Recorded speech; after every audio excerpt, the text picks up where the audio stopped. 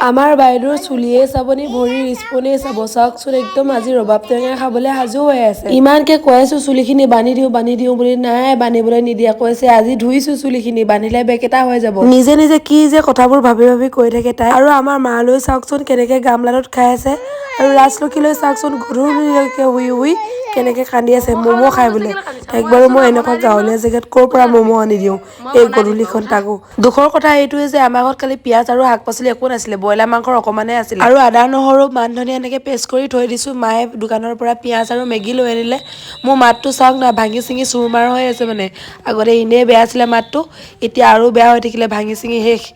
কাহি অৱস্থা বেয়া মানে মাতটো কি কৰিলে ভাল হ'ব কওকচোন আপোনালোকে ভিডিঅ'টোত ভইচ এড কৰি থাকোঁতে যে যিখনে কাহি আছোঁ আৰু ম'ম'টো দেখিবলৈ বেয়া হ'ব পাৰে কিন্তু খাবলৈ বহুতেই বেছি টেষ্টি হৈছিল আৰু লগতে কেঁচা পিঁয়াজ জলকীয়া আৰু জালুক দি পিনে মেগী লৈ লৈছোঁ